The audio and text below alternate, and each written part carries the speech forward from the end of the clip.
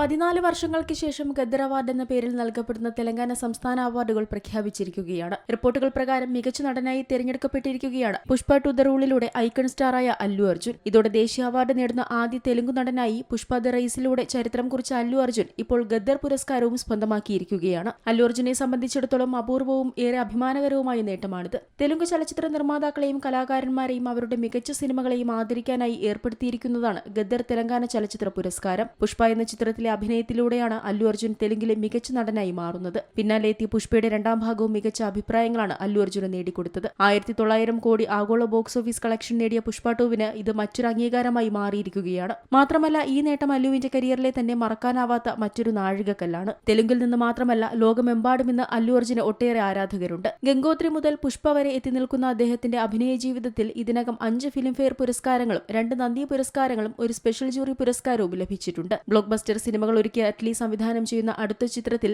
അല്ലു അർജുൻ നായകനായി എത്തുകയാണ്. ഇന്ത്യയിലെ മികച്ച സംവിധായകനും നായകനും ഒന്നിക്കുന്ന സയൻസ് ഫിക്ഷൻ ചിത്രം വീണ്ടും കോടികളുടെ റെക്കോർഡിടുമെന്നാണ് ആരാധകർ പറയുന്നത്. ഹോളിവുഡിലെ പ്രമുഖ VFX സ്റ്റുഡിയോസ് ആണ് ചിത്രത്തിനായി VFX ചെയ്യുന്നത്. Lola VFX, spectral motion, fractured VFX, ILM technoprops, ironhead studio, legacy effects എന്നീ കമ്പനികളാണ് ഈ പ്രൊജക്ടിൽ ഒന്നിക്കുന്നത്. അയൺമാൻ 2, ട്രാൻസ്ഫോമേഴ്സ് തുടങ്ങിയ സിനിമകളുടെ VFX supervisor James Madigan, artistic director Mike Elizalde എന്നീ വമ്പന്മാരാണ് സിനിമയുടെ സാങ്കേതിക വശങ്ങൾക്ക് നേതൃത്വം നൽകുന്നത് എന്നാണ് വിവരം. അറ്റ്ലി ഇതുവരെ ചെയ്തിട്ടുള്ള ജോണറുകളിൽ നിന്ന് വ്യത്യസ്തമായി എത്തുന്ന ചിത്രത്തിൽ സൂപ്പർ ഹീറോയായാണ് അല്ലു അർജുൻ എത്തുന്നതെന്നാണ് റിപ്പോർട്ടുകൾ. അല്ലു അർജുന്റെ 22ാമത്തെ ചിത്രവും അറ്റ്ലിയുടെ 6ാമത്തെ ചിത്രവുമാണ് ഈ പാൻ ഇന്ത്യൻ സയൻസ് ഫിക്ഷൻ ചിത്രം. Entertainment desk, Zee Malayalam news.